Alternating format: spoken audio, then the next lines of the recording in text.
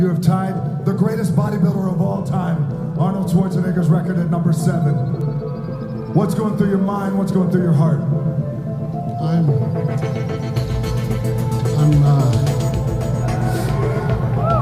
I'm just so thankful because when I started bodybuilding on October 8th, 2002, I had no idea that I would be standing on this stage one day winning the Mr. Olympia, let alone, being 7-time champion. When I got into this journey, I was, a little bit bitter because I didn't make it playing Division I basketball, and I was trying to find another outlet. And bodybuilding taught me how to be strong mentally, physically, and emotionally through all life's challenges. It taught me how to train hard when no one's in the room, when you're having a bad day, through death, through hardship, through anything that can go wrong. I always had the gym.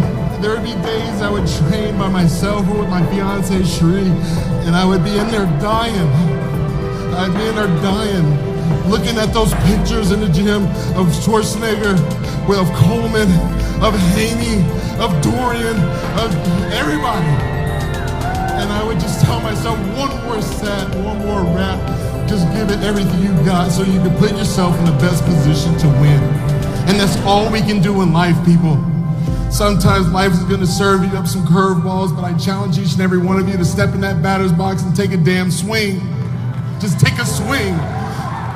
And it ain't gonna always work out for you. It ain't gonna always work out. Look, I just beat some incredible athletes. They are some of the best athletes I've ever competed against. Please give them a round of applause, please. Because they have made this so hard.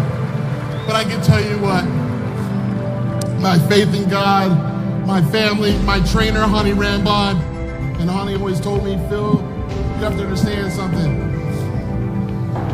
It's a marathon, not a sprint, and a measurement of a man is when he gets knocked down, not when he's winning. So I lost a few times. And he always reminded me just to keep on going and be the hardest worker in the room, just like what you say.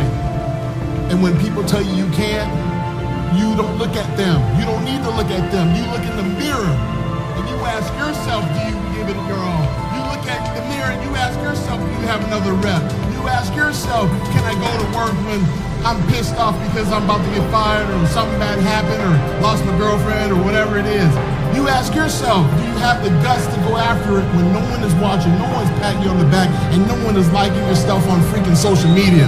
If you got the guts to go after it, you can put yourself in the best position to win, and that's what I did through this entire prep. It was not easy. A lot of people say, oh, Phil, he's got genetics and this and that. I put that God-given talent to work each and every damn day in the gym.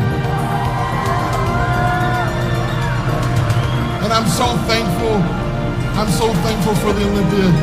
I'm so thankful to be a bodybuilder because it wasn't meant for me to play basketball. I mean, look at me, I'm short as hell. It doesn't work out like that. God had a different plan, obviously, and I'm glad that I listened. And I'm glad that I never gave up. And I know there's a lot of incredible athletes wanting to kick my ass next year, but I know this, winning is habitual. If you care about your success more than anyone else in the room, I promise you this, you will be successful at some point in time. But the goal is that when you are successful, that you don't just hide it for yourself. You don't just hold it for yourself. You share those experiences and perspectives with everybody else so then they can get theirs. So then they can feel the confidence to go after their dreams. And I'm just proud to be a 7-time Mr. Olympia. And like the great Oak said, next year, I'll be back.